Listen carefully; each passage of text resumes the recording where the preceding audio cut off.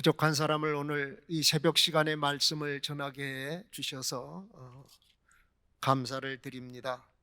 저는 진도라고 하는 섬에서 목회 사역, 그것도 농촌에서 조용하게 목회 사역을 한 사람인데 이 자리에 설 참 자격이 없는 것 같은데 오늘 이렇게 세워주셔서 이것도 다 하나님의 계획하심이 아닌가 싶은 생각도 듭니다.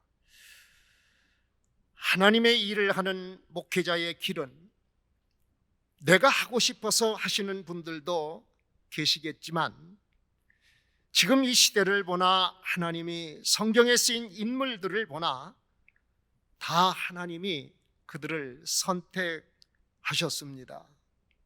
그리고 하나님께서 부르신 자들을 통해서 하나님이 하실 이 일을 이루어 나가시는 것을 봅니다.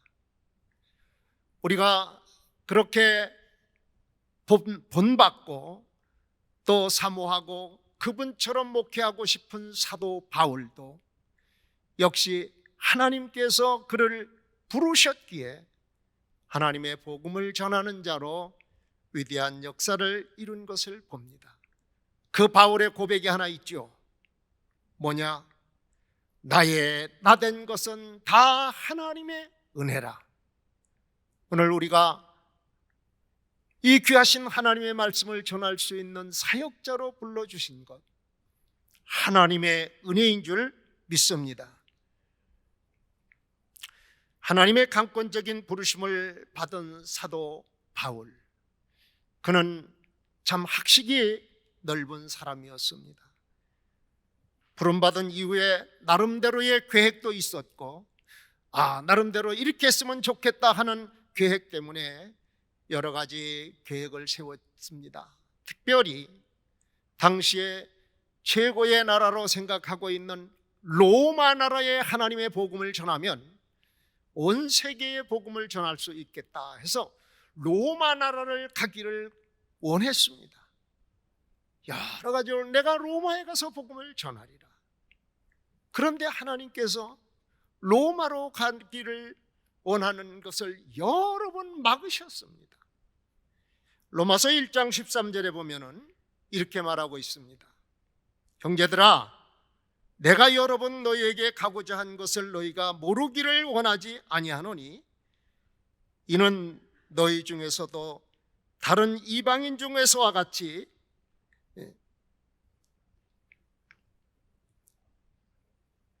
열매 맺게 하려 함이로되 지금까지 길이 막혔도다.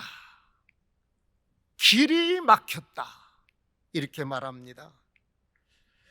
이 길이 막혔다는 말, 이 말은 에콜위센이라는 얘기입니다. 에콜위센, 강하게 막았다는 뜻입니다. 아주 강력하게 못하게 막았다, 이런 내용입니다. 바울이 그렇게 로마에 가기를 여러 번 원했지만 하나님이 막으셨습니다. 거기를 못 가게 하기 때문에 바울은 한 가지 방법을 세웠는데 자기가 기른 많은 지도자들을 로마에 파송을 합니다.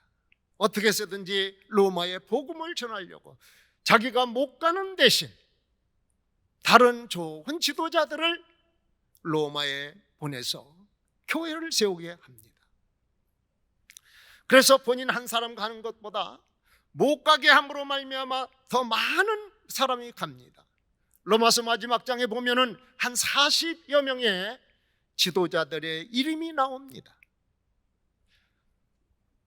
하나님께서 바울을 못 가게 하심으로 말미암아 더 많은 복음의 역사를 그 땅에 뿌리게 합니다.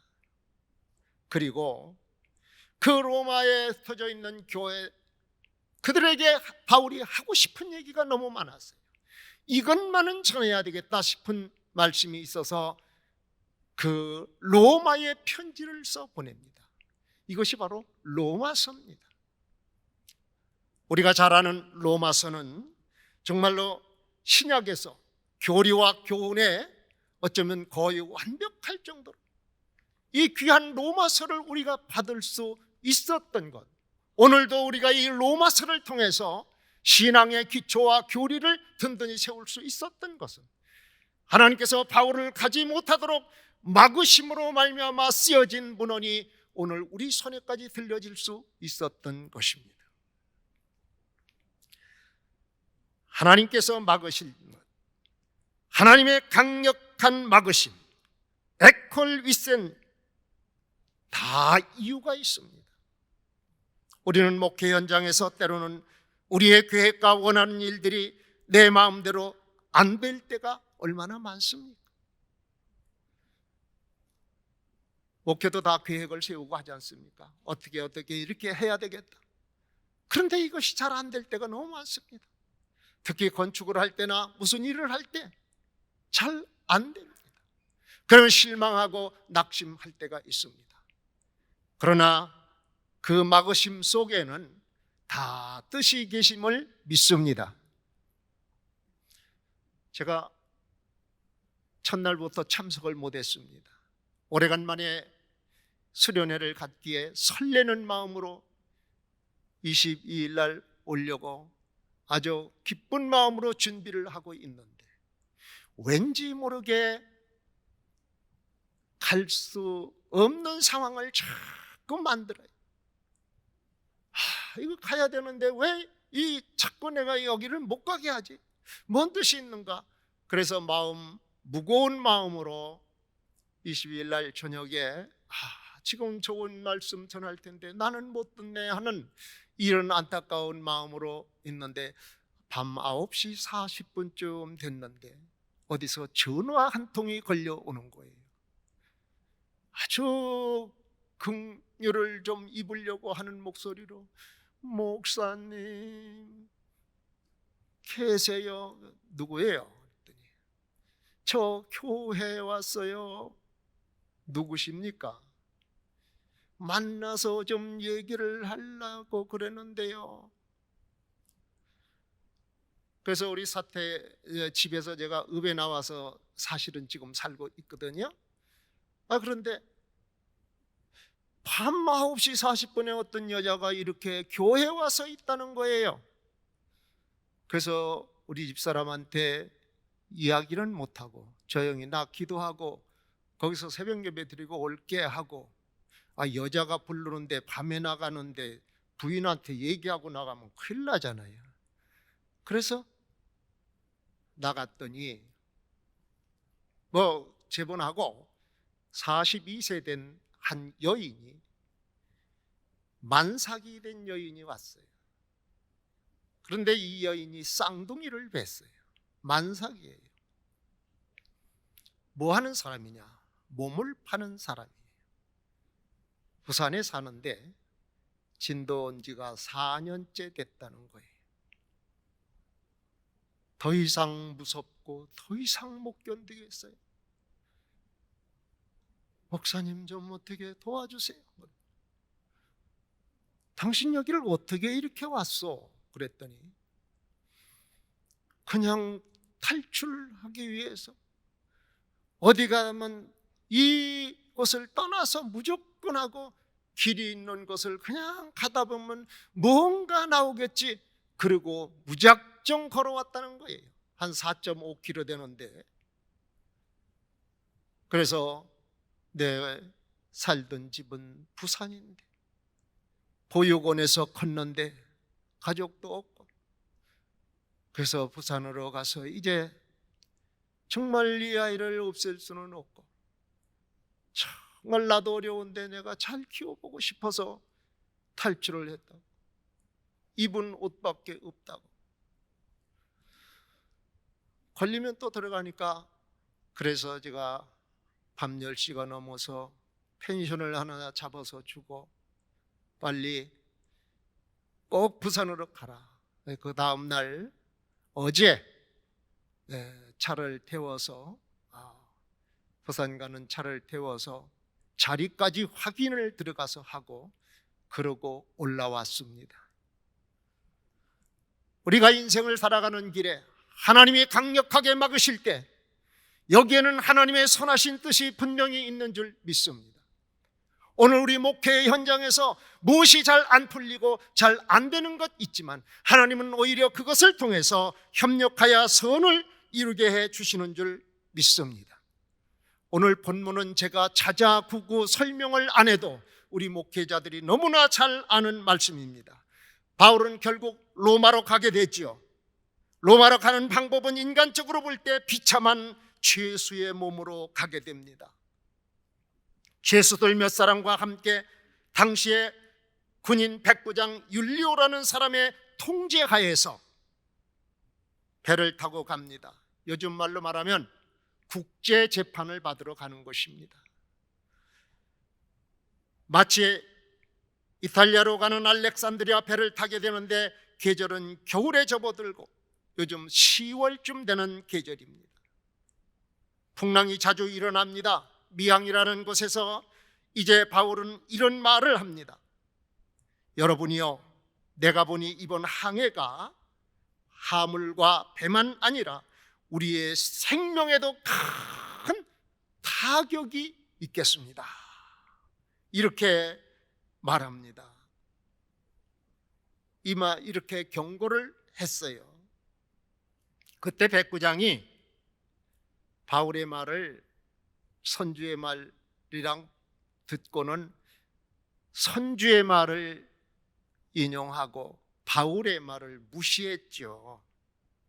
이거를 속된 말로 개무시를 당한다고 하는 거예요. 바울의 말을 안 들었어요. 이때 잔잔하게 이렇게 배가 갑니다. 그런데 결국은 유라굴로라고 하는 큰 풍랑을 만나게 되죠. 그리고 14일이라고 하는 기간 동안 살 여망이 없이 고통이 이루어질 때에 얼마나 참 힘들고 어려웠겠습니까? 사도행전 27장 27절에 보면은 이렇게 말하죠. 27장 20절에 보면은 여러 날 동안 해도 별도 보이지 아니하고 큰 풍랑이 그대로 있음에 구원의 여망마저 없어졌더라. 삶을 포기하게 됐어요. 이런 절망의 상태에서 바울은 이렇게 말합니다. 여러분이요, 내 말을 듣고 글에 대해서 떠나지 아니하였더라면 이 타격과 손상을 면하였으리라. 거기 있으기 좋을 뻔했다.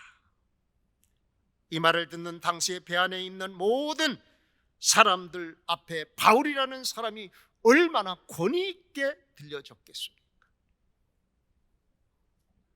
오늘 본문에 있는 말씀은 신앙은 위급한 상황에서 더 그 빛을 발하게 하는 겁니다. 바울은 그 고난 속에서도 하나님이 함께 하시는 증거를 보여주시고 있습니다. 여러분 안심하십시오. 생명에 지장이 없습니다. 다만 배만 손상이 있을 것입니다 하면서 내가 섬기는 하나님의 사자가 어젯밤에 내 곁에 오셔서 바울아 두려워하지 말라, 내가 가이사 앞에 서야 하겠고 또 하나님께서 너와 함께 항해하는 자를 다 내게 주셨다 하셨습니다. 그러므로 여러분이 안심하십시오. 내게 말씀하신 대로 되리라고 하나님을 믿습니다. 무슨 말씀을 전할까 많이 고민을 했어요. 요청을 받고 이때 내게 말씀하신 대로 되리라고 하나님을 믿는다. 하나님이 말씀하신 것은 반드시 이루어질 줄 믿습니다. 이 믿음 하나 가지면 됩니다. 그리고 우리 33절로 37절에 보면은 14일이나 굶은 배 안의 사람들에게 음식을 먹도록 권하는데 떡을 놓고 모든 사람 앞에서 하나님께 기도하고 먹게 했죠.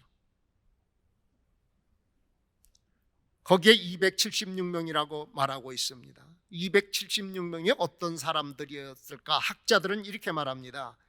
군인들이 약 100여 명, 그리고 무역상들이 100여 명, 죄수가 15명, 선원이 약 50여 명 조금 넘는 선원.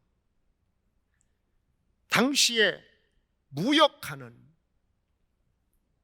거부들도 타고 있었어요. 다양한 사람들, 군인들, 이런 사람들이 거기에 타고 있었습니다. 결국 멜리데라고 하는 섬에서 그들이 생명을 구하죠. 거기에 걸려서 멜리데 섬에 모두 내리게 됩니다. 이 멜리데 섬은 길이가 한 29km, 우리 진도만한 섬입니다. 진도만한 섬에 상륙하게 됩니다. 사도행전 28장에 보면 바울은 섬 주민들에게 놀라운 하나님의 은혜의 역사를 그들이 보고 느끼고 체험하게 하죠. 독사에 물려 죽을 위기가 놓였어요. 섬 사람들이 볼 때 분명히 저 독사에 물리면은 산 사람이 없거든요. 지금까지 저 사람이 바다에서는 구원을 받았을 때 여기에서 죽는구나 하고 죽을 때를 기다리는데 죽지 않습니다. 그러니까 신이라고 여기려고 해요. 신이라고. 그뿐 아닙니다. 그 당시에 그 섬의 주장 보블리오의 아버지가 병들어 있을 때 가서 기도했더니 그 병이 떠나가게 됐습니다. 그 멜리데 섬의 추장이면 요즘으로 말하면은 우리 진도로 말하면 진도 군수입니다. 군수 아버지를 고쳐줬는데 더군다나 그 시대에 권력을 갖고 있던 사람이, 그래서 그 섬에 많은 사람들이 와서 병을 낫고 치료를 받습니다. 신유의 은사를 나타냅니다. 저는 이것을 많이 묵상을 해봤어요. 한 섬을 석 달 동안 병자가 와 치료받고, 그런데 그 병만 치료해 줬겠어요? 상상해 보세요. 예수 그리스도는 우리의 구원자라고 하는 복음을 그 섬에 얼마나 강하게 전했겠습니까? 그 추장은 이 은인을 만나서 너무 감사해서 276명이라고 하는 모든 사람을 석 달 동안 먹이고 재우고 입혀줬어요. 생각해 보세요. 배 안에 276명, 전도가 이런 식으로 좀 됐더라면 얼마나 좋을까요? 하나님을 안 믿을래야 안 믿을 수 없는 산 증거가 있지 않습니까? 하나님은 이런 분이시구나 하는 것을 절실하게 느끼게 하는 이런 계기가 됩니다. 내게 말씀하신 그대로 되리라고 하나님을 믿노라. 오늘 우리는 하나님의 말씀인 성경을 가지고 있습니다. 하나님의 말씀은 1.1획도 변함이 없는 진리입니다. 바울은 비록 로마로 가는 길이 죄수의 몸으로 가는 길이지만 이렇게 배 안에 있는 많은 사람들을 그리스도화하는 이런 역사가 일어날 뿐 아니라 섬 전체를 구원하는 데 큰 역할을 하는데, 이 모든 것이 다 하나님의 은혜 속에 이루어지는 줄 믿습니다. 이런 역사의 중심에는 하나님이 계시는 줄 믿습니다.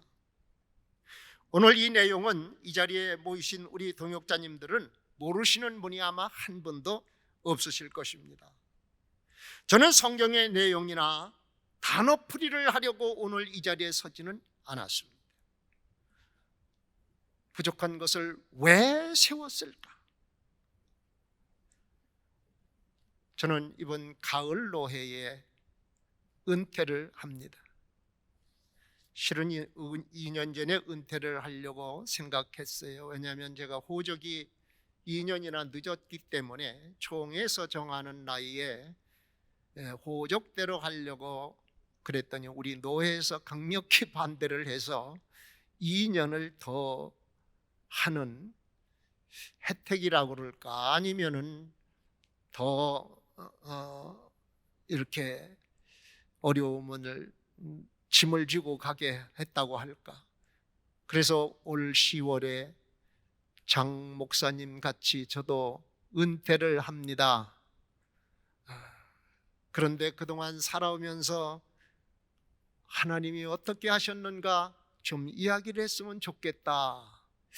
이런 의미에서 저를 이 자리에 세우지 않았나 싶은 생각이 듭니다. 저는 평신도 시절 아주 아픈 일을 하나 보았어요. 저 고향은 대전입니다. 어떤 일이 있었느냐? 도시에 그래도 몇백 명 모이는 교회에 담임 목사님이 부목사를 뒀는데 부목사에게 쫓겨났어요. 그런 것도 있더라고요. 그래서 제가 이거는 아닌데, 그 교회의 사정과 형편 처지는 제가 세세히 몰라요. 그렇지만은 어떻게 됐든 부목사가 당회장 목사, 담임 목사를 쫓아내는 일은 이거는 아니다. 그래서 오갈 데가 없는 거예요. 목사님이 우리 친구 집사하고 친구야, 우리 이 목사님 어디에 한번 모시자. 그래가지고 우리 친구 교회가 시골, 아주 시골 교회, 글로 모시자. 그래서 목사님을 글로를 모셨어요. 모셨는데 이 목사님이 거기에서 참 감사하고 열심히 목회를 하셨는데, 나중에 거기가 도시화되기 시작하면서 전에 있던 교회보다 훨씬 더 커졌어요. 박사만 43명이 나와요. 박사만. 이런 교회로 하나님이 키워주셨어요. 전 그때 받은 충격으로 집사 시절에 내가 이 땅 위에 살아가면서 무엇을 하는 게 세상에 보람이 있을까 생각하다가 하나님의 일을 하다가 오갈 데 없는 사람들, 특별히 목사님들 양로원을 해야 되겠다, 이런 마음을 품고 사업을 했습니다. 돌아가시면 무덤까지라도 만들어 드리는 이런 양로원을 꼭 해봐야 되겠다 마음을 먹었는데 하나님이 막으시는 거예요. 하나님이 막으시는. 아니, 하나님, 나 이런 일을 앞으로 하려고 제가 하는데 왜 하나님께서 이거를 막으십니까? 하나님 앞에 한 번 하면은 결단을 좀 하나님과의 승부를 거르는 그런 조금만 제 기질이 있어요. 제가 해병대 나왔거든요. 한 번 해보면 영원한 해병이라고 하는데, 그래서 하나님, 한 번 물어봅시다. 내가 뭐를 하고 살으라고 하십니까? 나는 이 사역을 하려고 하는데 뭐를 하려고 하시렵니까?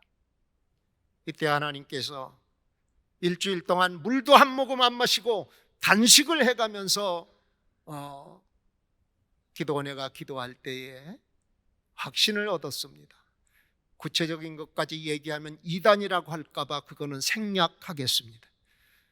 그리고 모든 사업 다 정리하고 우리 아이들 10살, 8살, 6살 이 세 아이를 데리고 진도라고 하는 땅을 지도를 가지고 찾아가서 지도로 있을 곳을 한 곳 보아놓고 진도 땅에 갔습니다. 우리 부모 형제도 다 안 알리고 주로 간 데에다가 짐을 싣고 9시간 걸쳐서 진도 땅을 갔습니다. 천막을 치고 개척을 했습니다. 신분도 집사입니다. 거기에서 제가 우리 부모님한테 많은 욕을 먹었습니다. 자식이 행방불명된 거예요. 우리 형제들도 난리가 났어요. 이거 어디로 갔는가. 몇 달 후에 소식을 전해서 아주 세상 말로 말하면 돼지게 혼났는데, 그래도 우리 아버지가 중병에 걸려 돌아가신다고 60 한 7세쯤 될 때 형이 빨리 오라고 그랬는데 제가 하나님께 기도했습니다. 하나님, 우리 아버지 한 번 살려주시는데 하나님, 우리 아버지가 예수를 안 믿습니다. 예수 믿게 해주시고요. 또 하나는 제가 신학교를 지금 다니고 있는데 제가 목사 될 때까지만이라도 우리 아버지를 좀 살려주세요. 목사 될 때까지만. 하나님은 우리 형님이 장례 치료하게 됐으니 빨리 올라오라고 했던, 다 죽어 가시던 우리 아버지를 다시 하나님이 살려주셔서 92세에 예수 믿고 제가 목사된 지 20년 후에 소천하셨습니다. 하나님은요, 우리의 기도를 들으시는 하나님입니다. 39년의 세월 동안 진도에서 말씀을 전하면서 저는 말씀 하나를 붙잡았습니다. 그 말씀이 요한복음 8장 29절에 있는 말씀입니다. 나를 보내신 이가 나와 함께 하시도다. 나는 항상 그가 기뻐하시는 일을 행함으로 나를 혼자 두지 아니하셨느니라. 이 말씀 한 구절을 저는 정말로 꽉 붙잡았습니다. 나를 보내신 이가 나와 함께 하시도다. 이건 물론 예수님에 대한 말씀입니다. 그렇지만은 나를 진도 땅에 보내신 분은 하나님이시다. 나는 항상 그가 기뻐하시는 일을 행함으로 혼자 두지 아니하셨느니라. 그가 기뻐하시는 일이라면 하나님이 혼자 두지 아니하시고 함께 하시고, 그가 기뻐하시지 않는 일이라면 너 혼자 해봐, 이러시겠다는 내용이죠. 오늘 우리 목회사역지에서 이런저런 어려운 일들이 많이 있지만 하나님이 기뻐하시는 일을 위해서 우리가 사명을 감당한다면, 아니 하나님이 함께만 하신다면 무엇이 두렵겠습니까? 무엇이 어렵겠습니까? 하나님이 함께 하심을 믿으십니까? 하나님이 함께 하심을 믿으면 어떤 난관 속에서도요, 오히려 어떤 일이 막힐 때 그것은 나에게 축복의 통로로 바뀌는 줄 저는 믿습니다. 막으시는 이유가 있어요. 그거를 통하여 더 귀한 일로 가게 하시기 위해서, 아니면 그 하나님이 위콜 웨센 막으면 더 위험을 감수하기 위해서 때로는 막기도 하시지만은 열어주시기를 더 많이 하시는 자비로우신 하나님이신 줄 믿습니다. 천막을 치고 개척을 했습니다. 그리고 제가 어느 누구한테, 어느 교회한테 도와달라 소리를 그때부터 지금까지 한 번도 교회 찾아가 우리 어려우니까 좀 도와주세요, 이 소리는 제가 한 번도 안 했습니다. 지금까지. 왜? 아니 신앙 고백할 때 전능하사 천지를 만드신 하나님, 전능하신 하나님이신데 나 알고 계실 거 아니에요. 그러니까 그분을 의지하고 나가야지. 우리 사랑의 교회가 크지요. 또 도시에 큰 교회들 많이 있습니다. 어떤 교회는 돈이 많이 남아서 얼마를 예치를 해놓고 어디에 쓸까 한다고 하는 그런 교회들도 소문에 들었죠. 그 교회보다 하나님은 더 부유하심을 믿습니다. 그런데 이런 우주 만물을 만드신 전능하신 하나님이 내 아버지시고, 그분이 죄송합니다, 사랑의 교회보다는 훨씬 도와줄 수 있는 힘이 많으심을 저는 믿습니다. 어려움 속에 있었지만은, 때로는 고난의 길이 많이 있었지만 하나님이 하시고자 하는 일 사실 못하지는 않았습니다. 지역에 맞게, 교회 분수에 맞게 했어요. 제일 먼저 한 일들이 뭐냐 하면은 교인은 하나도 없고, 그래서 2년 2개월 동안 한 교회를 천막을 치고 하다가 거기에서 한 성도들 한 15명 정도 이렇게 있었는데, 다른 교회에서 여기 좀 교회 좀 와서 해달라고 또 없는 동네 또 한 대, 두 군데 가서, 두 번째 가서 개척을 해서 칠전교회라는 교회에서 지금까지 사역을 하고 있습니다. 갔더니 성도가 없고요. 성도가 아니라 뭐 개척이니까요. 남의 헌집 빌려서 거기에서 예배를 드리는데, 작년은 글 모르는 과부 어떻게 3사람이 나오더라고요. 그리고 학생들을 데리고 키웠습니다.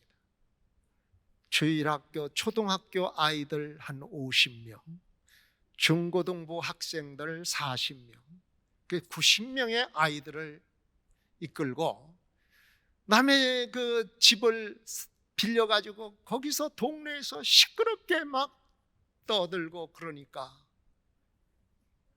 동네 유지되는 분이 한 분 저 얘기하기를, 참 저 사람은 직업을 잘못 선택했다고, 보아하니 뭐 저렇게 살 사람이 아닌 것 같은데 와서 저 아이들하고 저렇게 뛰놀고, 아이고 직업을 잘못 선택했다고 그래요. 그렇든 말든, 그래서 그 아이들을 정말로 열심히 키웠습니다. 서울을 한 번도 못 와본 아이들이라서 한 10여 명씩 이끌고 3박 4일 동안 서울 구경시켜줬어요. 학교도 구경시켜주고, 큰 교회도 구경시켜주고, 지하철도 구경시켜주고, 그랬더니 아이들이 꿈을 가졌습니다. 그리고 점점 발전시켜서 해외로도 아이들을 데리고 갔습니다. 한 20여 명이, 우리 아이들 16명, 교사 3사람 제가 인도해서 미국 동부 지역에 11일 동안 비전 트립도 20명을 데리고 갔다 왔습니다. 유엔 본부도 직접 그 본부 안에 들어가 구경시켜주고, 백악관도 가보고, 너희들 꿈을 가져라, 여기가 하버드 대학이다, 하버드 대학 교정에 들어가서 하버드 대학의 역사를 돈을 100불 주고 사람을 사서 다 설명하게 하고, MIT 공대라든가 그 모든 미국의 문화, 심지어 나이아가라 폭포까지 아이들을 다 구경시켜 줬습니다. 그랬더니 그 아이들 중에서 미국에서 대학을 다니고 졸업해서 한 사람은 오고, 한 아이는 지금 대학에 다니고 있습니다. 우리의 희망은 자라나는 이 세대를 정말로 하나라도 잘 키우는 일인 줄 믿습니다. 이런 일들을 할 수 있었던 것은 하나님이 함께 하시면은 능치 못할 일이 없는 줄 믿습니다.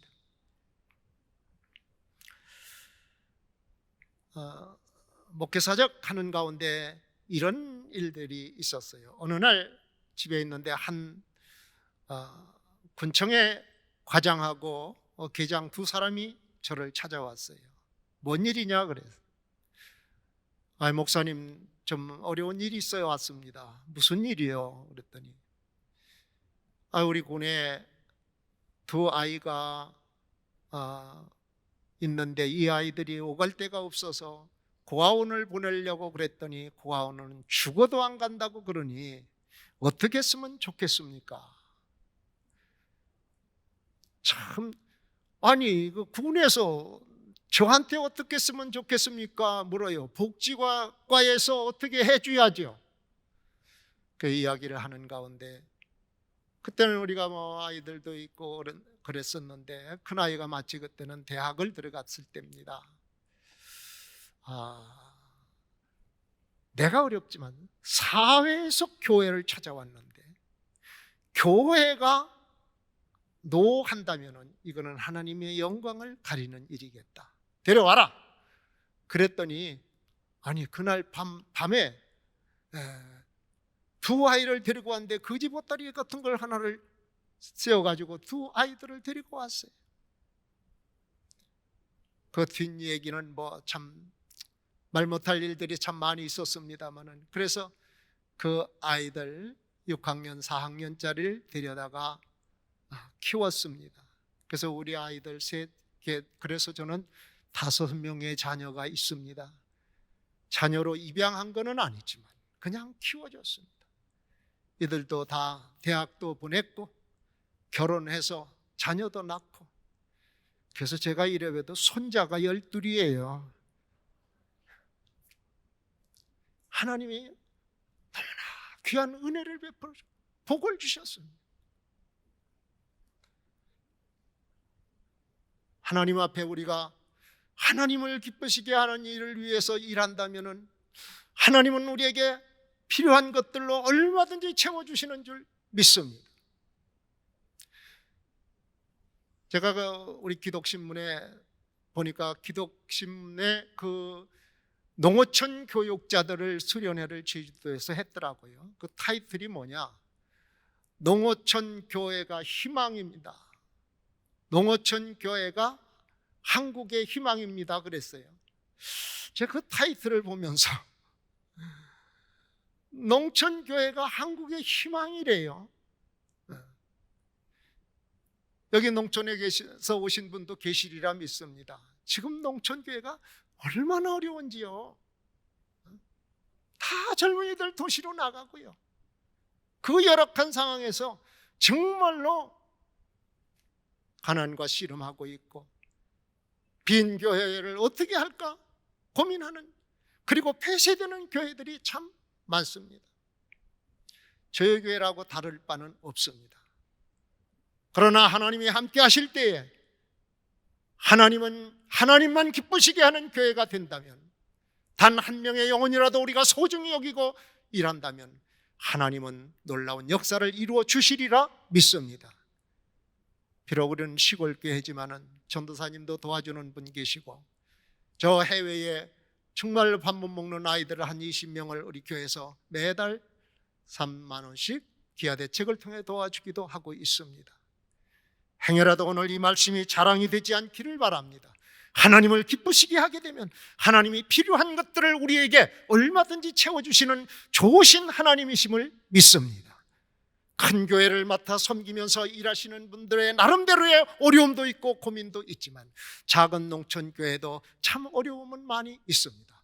그러나 전능하신 하나님의 그 은혜를 우리가 믿고 나아가게 되면은 모든 것이 합력하여 선을 이루게 해주시는 하나님이신 줄 믿습니다. 저는 목회 사역을 하면서 알코올 중독자를 위한 사역을 했습니다. 정신대학원 다닐 때 알코올 중독자를 위해서 일하시는 목사님 한 분이 계셔서 그분을 같이 이렇게 돕다 보니까 제가 함께 일을 하게 되었고, 우리 한국 땅에 알코올 중독자가요 얼마나 많이 있느냐, 통계에 의하면, 우리가 낸 통계가 아닙니다, 630만 명입니다. 중독의 기준이 다 좀 다르겠지만요 630만 명이에요. 알코올 중독이 되게 되면 가정이 파괴됩니다. 그리고 하나님이 제일 싫어하시는 거예요. 그래서 그 가정의 아이들이 참 불쌍해요. 이 사역을 하면서 저는 참 많은 것을 참 배웠습니다. 부부와 술 먹고 엄마랑 아빠랑 싸우면 아이들이 숨어서 경찰에 신고를 합니다. 벌벌 떨면서 우리 엄마 아빠 싸워요, 칼 들었어요, 이런 예들이 수도 없이 많습니다. 이들을 불러다가 교육시키고, 그런데 이 알코올 중독자 참 힘들어요. 그런데 복음이 들어가면 변화되는 줄 믿습니다. 복음이 들어가니까 바뀌는 거예요. 그래서 그들에게 술 먹지 마라 이 소리는 한 번도 하지 않고, 예수 그리스도는 이런 분이다, 사람의 인생에 사는 목적이 뭐냐, 이거를 하나님의 말씀으로 성경을 가르치고 6주씩 이렇게 훈련을 시키고 그럴 때 그 중에서 그래도 필요한 자들이 이제 새 사람이 되고 그들을 위해 일하는 자들이 되고, 그래서 박사들도 몇 명 나왔습니다. 그 중독자 중에서, 가족 중에서. 우리 한국에 해야 될 일들이, 우리 교회가 해야 될 일들이, 사회를 바라볼 때 해야 할 일들이 참 많이 있습니다. 제가 농촌교회를 섬기면서 가만히 생각해 보면 편하게 하려면 한없이 편해요. 솔직히 주일날 설교하고 저녁이나 오후에 설교하고 수요 예배하고 새벽 기도회야 뭐 다른 도 하는데 새벽 예배하고, 그 외에는 물론 신방하고 전도해야 되겠지만은 신방 전도 농촌에서 매일 그 집에 다닙니까? 전도할 대상도 사실은 없고, 그렇지만 하나님의 영광을 위해서 무엇을 할 것인가 찾고 구하고 찾으면 이 일은 얼마든지 있는 줄 믿습니다.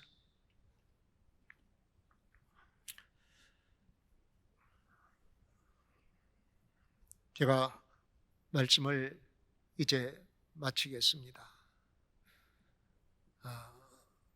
저는 하나님이 지금도 살아계심을 확실히 믿습니다. 천막을 치고 개척할 당시에 정말 아무것도 없이 완전 빈손으로 내려갔습니다. 아이들 학교를 어느 날 보내려고 하는데 쌀이 없어요. 그 아침에 아이들 밥을 해 먹여서 학교를 보내야 되는데 쌀이 없는 거예요. 이거 참, 이 가장으로서의 가장 체면이 구기는 게 뭐냐면은 자식을 굶주리게 하는 거예요. 이건 너무 비참한 거예요. 그래서 하나님, 내가 주의 일을 한다고 와가지고 자식 배를 걸리고 내일 아침에 어떻게 아이들을, 저녁에는 국수를 삶아 먹었는데 국수 삶아서 도시락 싸줄 수는 없고, 참 기가 막혀서 그날따라 눈이 펄펄 오는 날입니다. 참 처량한 마음을 가지고 있는데 누가 밤중에 문을 두드려요. 나가봤더니 어떤 분 한 분이 쌀을 한 마를 이고 왔어요, 밤에. 그래서 하나님, 엘리야를 통하여, 엘리야에게 까마귀를 통하여 먹이시던 하나님, 그 하나님은 지금도 살아계시군요. 하나님 감사합니다. 그때 이후로 제가 먹을 것은 전혀 걱정 안 했습니다. 이 좋으신 하나님을 우리는 증거하는 증인들이 될 수 있기를 바랍니다. 하나님은요, 오늘도 살아계셔서 여러분들이 이곳에 와서 수련회를 통하여서 좀 더 하나님께 영광을 돌리고자 하는 이 간절한 마음을 주님은 다 듣고 계시는 줄 믿습니다. 저는 성전 건축을 하다가 큰 사고도 있었습니다. 한 사람이 다리를 절단하는 큰 교통사고를 만나기도 했습니다.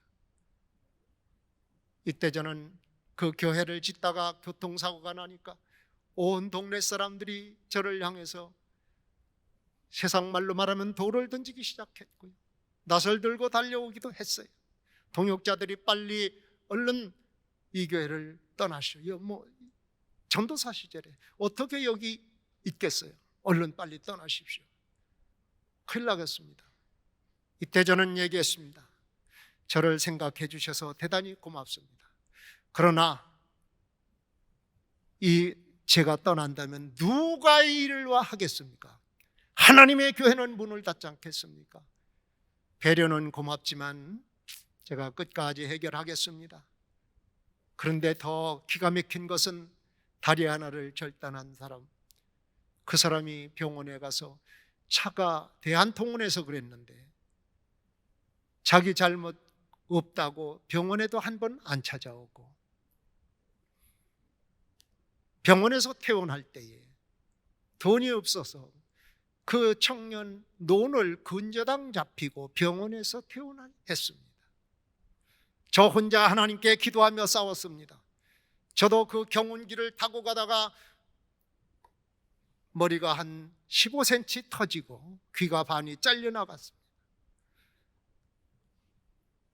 이런 큰 아픔 속에 있었지만은 대한통운에서는 우리 잘못 없다고 해서 제가 5번에 걸쳐서 현장 검증을 하고 하나님 앞에 기도하면서 밀고 나갈 때 결국은 대한통운 잘못 인정해서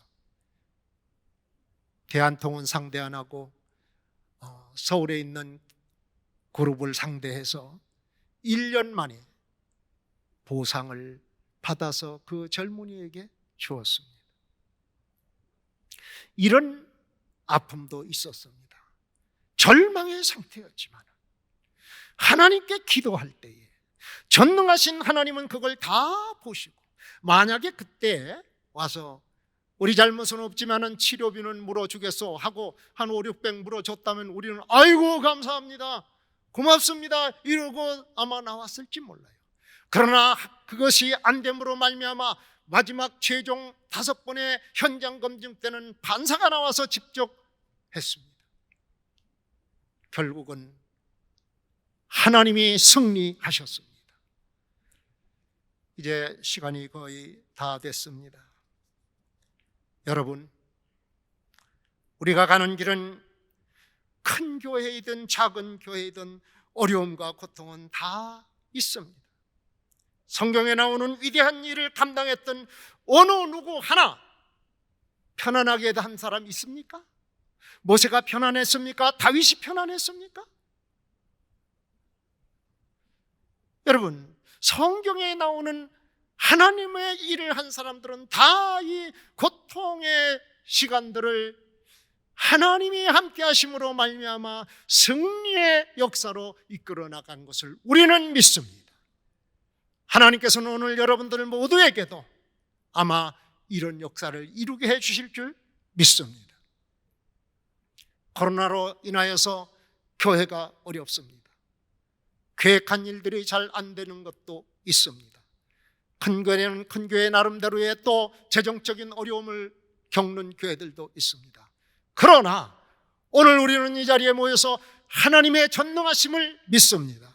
이 어려움 속에서도 하나님은 반드시 승리할 수 있는 길로, 우리를 비상할 수 있는 길로 세우실 줄 믿습니다. 그래야 하나님 앞에 우리 일평생이 주님께 소중하게 쓰여질 수 있기를 바랍니다.